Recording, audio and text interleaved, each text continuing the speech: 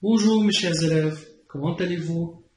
On va commencer aujourd'hui un nouveau chapitre 13, les rapports et la proportionnalité.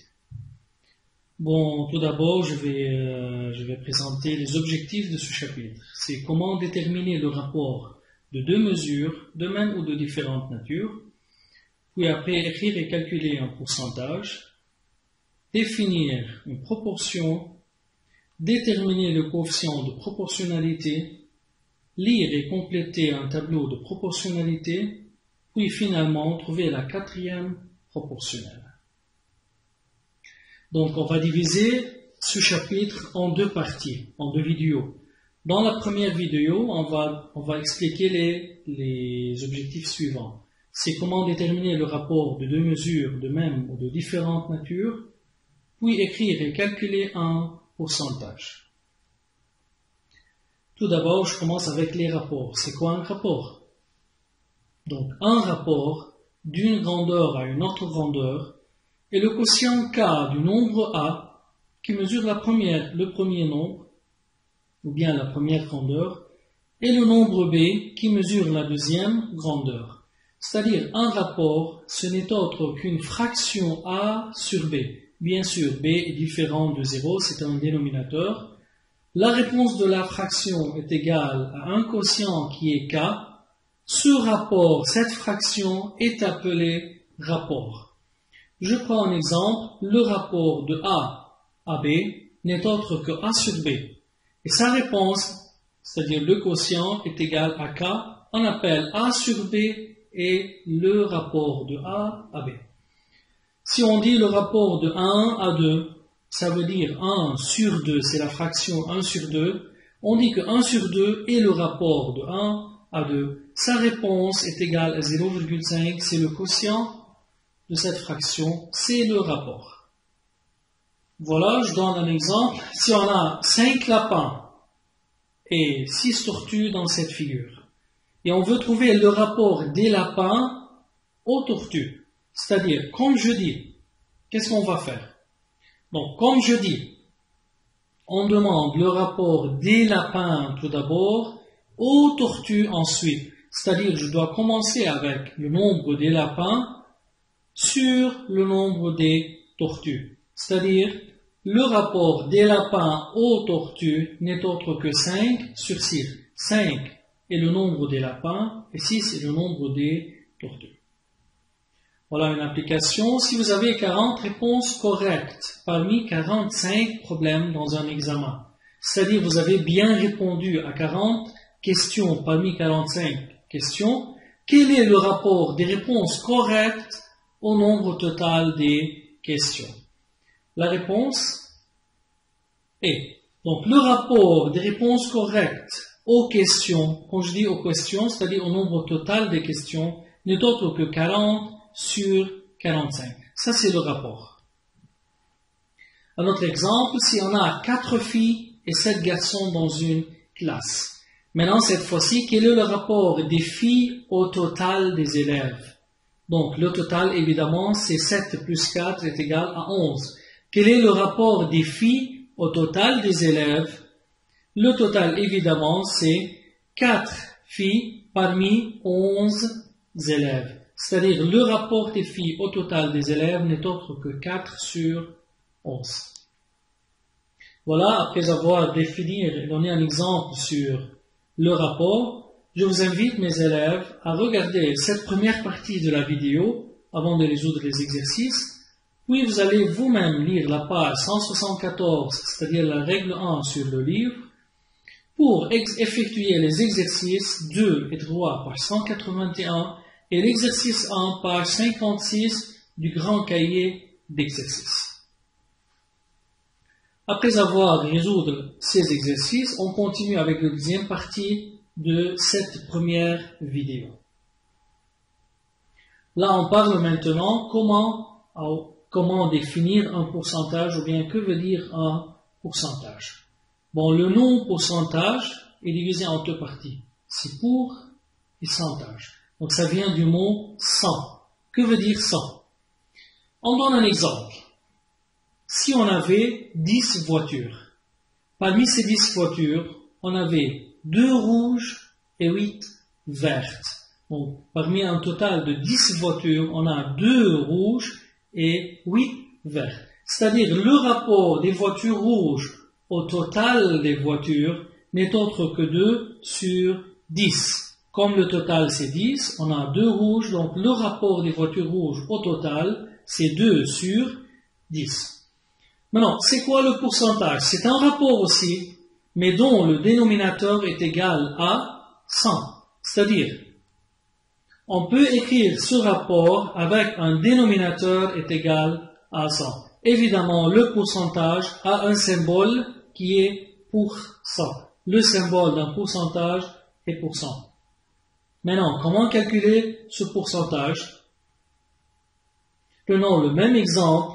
On avait 2 sur 10, c'est-à-dire 2 voitures rouges parmi 10 voitures. On va déterminer une autre fraction qui lui est égale, c'est-à-dire un autre rapport équivalent à 2 sur 10, mais ayant un dénominateur est égal à 100. Qu'est-ce qu'on doit faire? On connaît déjà, d'après le chapitre des fractions, qu'on doit ici multiplier par 10. Donc 10 fois 10, ça fait 100. Évidemment, on doit multiplier le numérateur par 10 pour avoir 20 sur 100.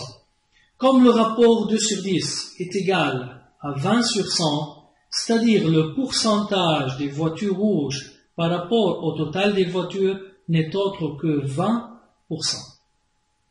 Donc, on dira que le pourcentage des voitures rouges est 20%. Ce symbole, on écrit 20%. Voilà une remarque très importante. N'importe quel pourcentage peut être exprimé en nombre décimal et inversement, c'est-à-dire un nombre décimal aussi peut être exprimé en pourcentage. Exemple, 40%. Quand je dis 40%, comme on a vu déjà, c'est-à-dire c'est 40 sur 100. Donc le dénominateur est 100. Et si on divise 40 sur 100, ça donne 0,4. Maintenant, inversement, si j'avais 0,08, c'est un nombre décimal. Comme on a 2 chiffres après la virgule, donc ça fait 8 sur 100. Comme c'est un rapport ayant le dénominateur est égal à 100, c'est-à-dire je peux enlever le 100 et je mets 8%. Donc 8% et 8 sur 100, c'est-à-dire 0,08. Ou bien, si je veux réfléchir d'une autre façon, 0,08, si je la multiplie par 100, ça donne 8. Ça veut dire 8%.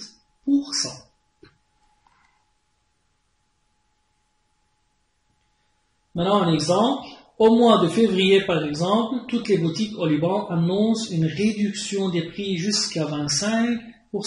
Si vous voyez les publicités, vous voyez par exemple 25% comme réduction sur les prix. Donc, quel est le pourcentage de la réduction? C'est 25%. Ça veut dire c'est 25 sur 100 et le nombre décimal correspondant c'est 0,25. Voilà une application. On va compléter maintenant. Comment compléter un tableau? Pour compléter ce tableau suivant, pour écrire les pourcentages selon les 3 formes. La première forme, c'est la fraction, c'est-à-dire c'est le rapport. La deuxième forme, c'est le pourcentage. Et la troisième forme, c'est la forme d'un nombre décimal. Prenons par exemple 7 sur 100. C'est un rapport ayant le dénominateur est égal à 100. C'est-à-dire le pourcentage, évidemment, c'est, on regarde dans le tableau, c'est évidemment 7%. Comme c'est 7 divisé par 100, c'est un rapport. Donc le pourcentage est 7%. La forme décimale 7 divisé par 100, ça fait 0,07. Maintenant, dans l'autre exemple, on a 55% comme pourcentage.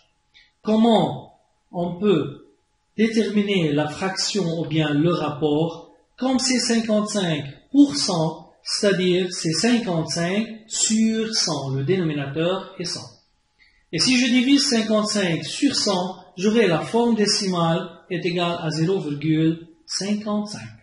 Donc ça c'est le rapport, ça c'est le pourcentage correspondant, et ça c'est le nombre décimal qui est le quotient de cette de ce rapport ou bien de cette fraction. Une autre application, écrire sous forme d'un pourcentage. Si je dis 34 mètres parmi 100 mètres, quel est le rapport alors? Évidemment, c'est facile. On peut dire que c'est 34 sur 100. Donc, comme le dénominateur est égal à 100, donc ça fait 34%. L'autre exemple. Maintenant, si j'avais 25 élèves parmi 50 élèves, donc évidemment, le rapport, c'est 25 sur 50. Ça, c'est 25 sur 50. Maintenant, je ne peux pas dire directement que c'est 25% parce que le dénominateur n'est pas 100. Je dois égaliser avec un autre rapport pour donner deux fractions équivalentes, mais cette fois-ci avec un dénominateur est égal à 100. Évidemment, quand je multiplie 50 fois 2, j'aurai 100. Je dois multiplier le numérateur fois 2 pour avoir 50. Maintenant, j'ai transformé cette fraction en une autre fraction, ou bien un autre rapport ayant 50 sur 100 comme 100 en dénominateur. Donc évidemment, ça fait 50% le pourcentage. Comment? Qu'est-ce qu'on peut dire? On peut dire que n'importe quel pourcentage peut être transformé en un rapport et n'importe quel rapport peut être transformé en pourcentage. Évidemment, en transformant le dénominateur en 100. Voilà, après cette partie, maintenant, vous pouvez vous-même vous exercer à la maison. D'abord, il faut bien lire cette deuxième partie de la vidéo 1 avant d'effectuer les exercices. Il faut toujours se rappeler des règles, page 175, c'est-à-dire la règle 3 sur le livre.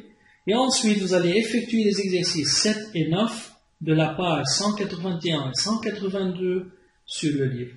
Merci mes chers élèves, à bientôt.